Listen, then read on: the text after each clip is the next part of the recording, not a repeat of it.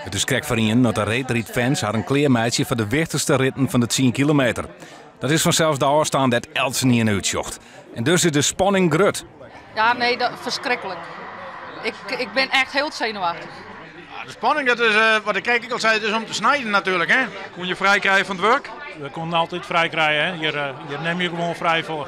Ik heb gewoon vrije naam. Ik heb mezelf eens in de spiegel aansjoen. Ik zei, Harry, neem een mooie beetje vrij, jongen. Dat heb ik niet, ik ben eigen baas. Dus, De grote vraag is vanzelfs waar er winnen moet. Sven of dags Jorrit? Ik heb een voorkeur en dat is voor Sven. Ja, hij verzint het. Ik ben voor Sven. Je hebt het nou wel verzinnen, denk ik. Ik wil heel graag dat Sven wint. Maar ik ben Herman en ik ben voor Jorrit. Dus wij hebben verdeeld kamp wij met je beiden. No? Oké, Sven. Ja, toch wel. Wat hast net weer op de zin? Ja. We doen er niks mee, oké?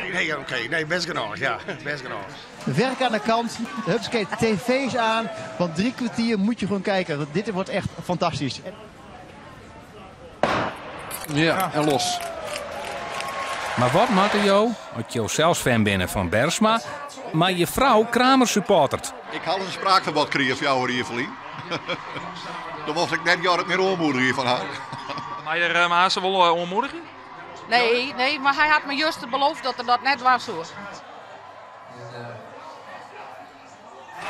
Wat een geweldige 10 kilometer. Bergsma is binnen in 12:41:99. Olympisch record, persoonlijk record. Dan is het de beurt om Ted-Jan Bloemen. De Canadese Nederlander doet goed 2 seconden onder de tier van Bergsma. Kramer gaat aan zijn grootste Olympische missie beginnen. Nee, hij gaat de 31 in. 31 in. Is het doek gevallen? Het gaat hem niet lukken. Kramer... Gaan we hier een Canadese Olympisch kampioen krijgen? En bij sport hoort winnen en verliezen. Ook als je Kramer heet. Want Kramer stelt flink teloor en eindigt als 6e op de 10 kilometer. Het ongeloof is grut. Voor mij, net iedereen die het snapt.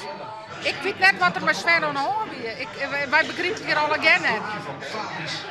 Dit hebben we nooit verwacht. Het is vooral jammer.